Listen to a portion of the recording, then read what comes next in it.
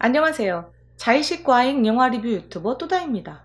오늘 리뷰할 영화는 나란말싸미인데요. 결론적으로 말해 저에게는 최악의 영화였습니다. 여러분, 이번 영상은 결말은 물론이고 스포일러를 모두 포함한 리뷰입니다. 시청하실 때 꼭 주의하세요. 그리고 저는 자의식 과잉인 영화 리뷰 유튜버로서 제가 보고 듣고 느낀 그대로 주관적으로 리뷰하고 있습니다. 그럼 이제 진짜 리뷰 시작합니다.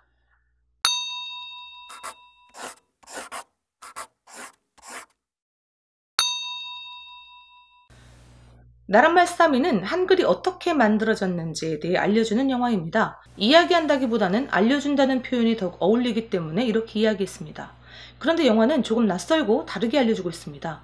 한글이 세종대왕이 만든 게 아니라 사실은 산스크리어트를 비롯한 각종 언어에 능통한 신미 스님이 만들었다는 개소리입니다.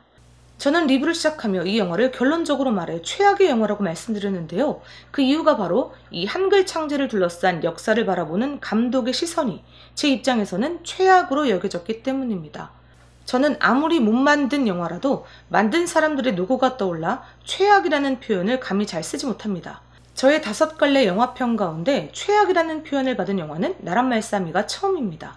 제가 최악이라는 표현을 쓴 이유는 영화의 만듦새에 있다기보다는 윤리적으로 문제가 있어 보이기 때문이에요. 그리고 이 영화의 대상과 주제를 바라보는 감독의 시선이 제 마음에 주관적으로 심하게 들지 않기 때문입니다. 영화에 대해 이야기하기 전에 나란말싸미의 장르인 팩션이라는 이 신종 장르에 대해서 이야기해 보도록 하겠습니다. 팩션에 대해 이야기하는 건 이 영화의 장단점 혹은 잘잘못을 이야기함에 있어서 대단히 중요한 과정이기 때문이에요.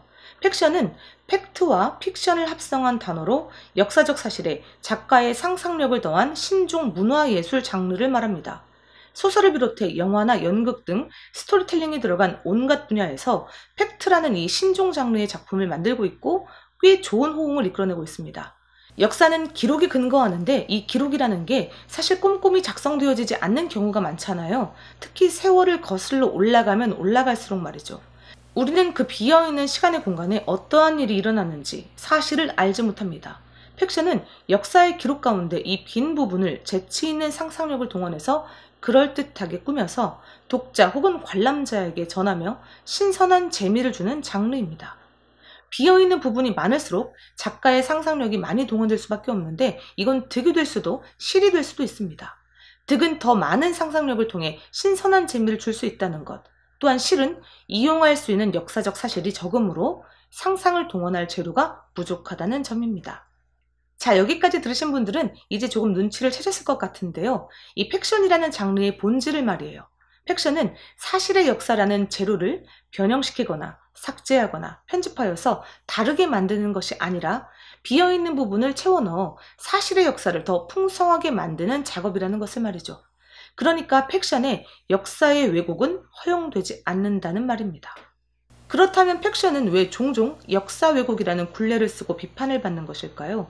우리에게 팩션이라는 신종 장르를 익숙하게 만들어 주었고 우리나라는 물론이고 전 세계적으로 역사 왜곡이라는 이유를 들어서 상영 금지 운동이 벌어지기도 했던 다빈치 코드는 그 대표적인 예라고 할 수 있을 텐데요. 아시다시피 다빈치 코드는 예수가 막달라 마리아와 결혼을 해서 딸 사라를 낳았으며 그 자손이 유럽 황실의 혈통으로 이어져 내려온다는 이야기를 담아서 역사 왜곡의 논란을 심하게 일으킨 바 있습니다. 다빈치 코드가 기독교인들의 심한 반발을 사고 비판을 받은 이유는 그들이 인정하는 예수를 둘러싼 역사가 왜곡되고 훼손되었기 때문입니다. 그렇다면 작가는 왜 이러한 이야기를 쓴 걸까요? 두 가지 이유 가운데 하나이거나 둘 다일 텐데요. 첫째, 이 영화의 원작이 된 소설의 작가인 댄 브라운은 정설이라고 알려진 예수는 미혼이라는 역사를 사실로 받아들이고 있지 않기 때문일 것입니다. 여러 근거를 들어 대신 예수가 마리아와 결혼하였다는 것을 역사적 사실로 받아들이고 있는 것이죠. 둘째, 작가는 예수가 결혼했다고는 생각하지 않지만 극적인 재미를 주기 위해 역사의 사실 부분을 일부러 훼손했기 때문입니다. 역사의 훼손과 극적인 재미를 더하는 행위는 지극히 자극적이어서 사람들의 관심을 끌고 논란을 일으키며 논란은 다들 아시다시피 돈을 부르죠. 즉 작가는 정설의 역사를 인정하지 않거나 혹은 인정하지만 돈을 더 벌기 위해 의도적으로 논란을 자처한 왜곡을 자행했다는 이야기입니다. 다빈치 코드는 이 두 지점, 특정한 역사적 사실을 바라보는 시점이 다수 혹은 어떠한 집단과 다른 점과 그 다른 점을 통한 논란이 다분히 상업적인 성격을 띠고 있다는 점 때문에 무수한 비판을 받았습니다. 하지만 반면에 어떤 사람에겐 대단히 재미있고 괜찮은 작품으로 기억되기도 했는데요. 역사 왜곡을 했다고는 하나 크게 문제 삼고 싶지는 않은 거죠. 역사를 바라보는 눈이 모두 다르듯 하나의 작품을 대하는 태도와 평 또한 모두 다릅니다. 왜 한 작품에 대해 이렇게 다른 평이 존재하는지에 대해선 자대고 선 긋듯이 명쾌하게 여기까지는 이렇고 저기부터는 저거야 라고 말하기는 쉽지 않습니다. 그래서 어떤 팩션의 역사 왜곡은 그냥 허허 웃으면서 넘어갈 수 있고 또 어떤 팩션의 역사 왜곡은 대부분 사람들의 분노를 일으키기도 하죠. 그건 어떤 공식이 있는 게 아니고 왜곡의 정도, 왜곡의 대상, 그리고 왜곡의 스타일, 그리고 사회의 분위기에 따라 달라지는 것 같아요. 물론 개개인에 따라 달라지기도 하고요. 여기까지가 팩션이라는 장르에 대한 제 생각이며 제가 팩션인 나란말싸미를 평하는 데 있어 가지고 있는 기준을 말씀드렸습니다. 이제 영화에 대해서 이야기해 보도록 하겠습니다.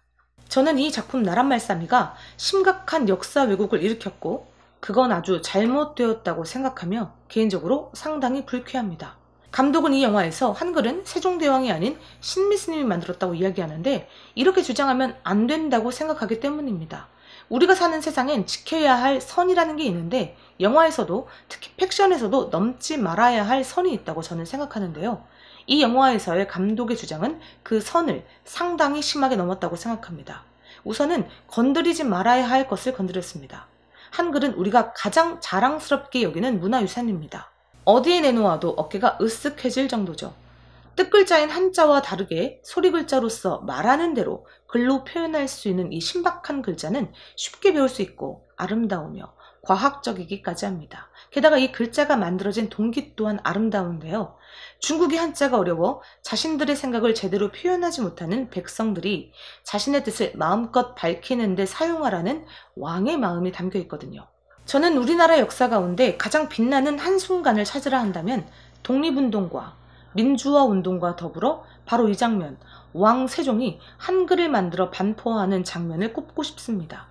그런데 이 영화 나란말싸미에서는 이 한글을 세종이 아닌 신미스님이 만들었다고 주장합니다. 신미의 입을 빌려 세종에게 백성을 위하는 척하며 자신의 만족감을 위해 이 글자를 만드는 게 아니냐고 말하며 한글 창제의 동기까지 폄하하고 있고요. 감독이 이 영화에서 이러한 역사적 사실을 주장할 수는 있습니다. 그런데 만일 그렇게 생각한다면 감독은 제대로 된 근거를 들고 주장을 해야 했습니다. 특히 한글 창제의 역사처럼 기록이 명확한 사실이라면 더더욱 치밀한 반대의 근거를 가지고 나와야 했죠. 하지만 감독의 논거라고는 이미 위작으로 평가된 책과 시기가 이미 한글 창제 이후로 의미가 없는 세종과 신미의 만남을 기록한 문서가 고작입니다. 너무도 빈약한 논거로 거대한 진실 혹은 사실을 이렇게 흔든다면 그 누구라도 반론을 제기하고 혹평을 쏟아낼 수밖에 없을 것입니다. 영화는 영화고 감독의 상상력을 발휘한 건데 뭐 어떠냐고 묻는 분들도 계실 텐데요. 하지만 그러한 경우라면 이 영화는 완벽한 허구를 바탕으로 만들었다는 것을 명시했어야 하고 영화의 만듦새 또한 허구라는 것을 명확하게 인지할 수 있도록 했어야 합니다. 하지만 이 영화는 처음부터 끝까지 매우 진지한 태도로 한글 창제에 대한 이설을 진행시키고 있습니다. 얼마나 진지하냐면 영화의 대부분이 글자를 만드는 연구 과정을 상당히 자세하고 전문적이고 분석적으로 그리고 있습니다. 이렇게 진지하게 신미가 한글을 만드는 장면을 담고 있기 때문에 영화는 감독의 상상력이라기보다는 또 다른 한글 창제 역사에 대한 주장이라고 여겨집니다. 따라서 철저하게 고증과 논증으로 비판받아야 한다고 생각하고 있고요. 웃고만은 이렇게 상상해 볼 수도 있겠네 하고 넘어갈 표현 방법이 아니었다는 거죠. 저는 팩션에 역사를 왜곡할 수 있는 면허증이 있다고 생각하지 않습니다. 작가의 상상력은 사실과 사실 사이 비어있는 공간을 알차고 재미있고 그럴듯한 혹은 그럴 법하게 메우는 역할이라고 생각해요. 역사적 사실을 부정하고 삭제하고 편집하는 것이 아니고요. 또한 아무리 팩션이라도 저는 우리 모두가 자랑스러워하는 인물이나 문화유산 혹은 결정적인 순간을 통째로 부정하고 새로운 주장을 해서는 안 된다고 생각합니다. 일제강점기를 추억하거나 안중근이나 유관순 열사를 폄하하거나 이순신 장군의 용맹함을 비웃는 팩션이 나오면 저는 안 된다고 생각합니다. 그건 대한민국 국민으로서 너무 괴롭잖아요. 그건 마치 누가 우리 어머니 아버지를 험담을 하는 것과 비슷한 느낌일 겁니다. 그러나 만일 작가의 역사관이 그러하기 때문에 작품을 썼다고 한다면 그 주장을 납득시킬 수 있는 충분한 논거를 들어야 한다고 생각하고요. 어떤 이는 이 작가의 주장에 동조하겠고 또 다른 어떤 사람들은 그러지 않겠죠. 하지만 분명한 건 주장을 한 것에 대한 책임을 져야 한다는 것입니다. 이 영화 나란말싸미의 감독은 예매율이 떨어지고 관람객이 줄어들자 뒤늦게 의도는 그러하지 않았다는 글을 올렸습니다. 하지만 그건 거짓말이죠. 그는 각종 인터뷰에서 이 영화에서 주장하는 바를 굳건히 믿고 있다고 밝혀왔고 영화 처음에 등장하는 이 영화는 한글 창제설의 일부 주장 가운데 하나입니다 라는 문구조차 놓고 싶지 않았다며 자신은 신미스님이 한글을 만들었다는 생각이 확고하다고 말해왔습니다. 그는 누구나 예스를 말할 때 노를 외치는 용자가 되었는데요. 모두가 세종대왕이 한글을 창제했다고 생각할 때 그게 아니라고 외치는 영화를 만든 거죠. 이제 그는 그런 주장을 한 영화를 만든 것에 대한 책임을 져야 합니다.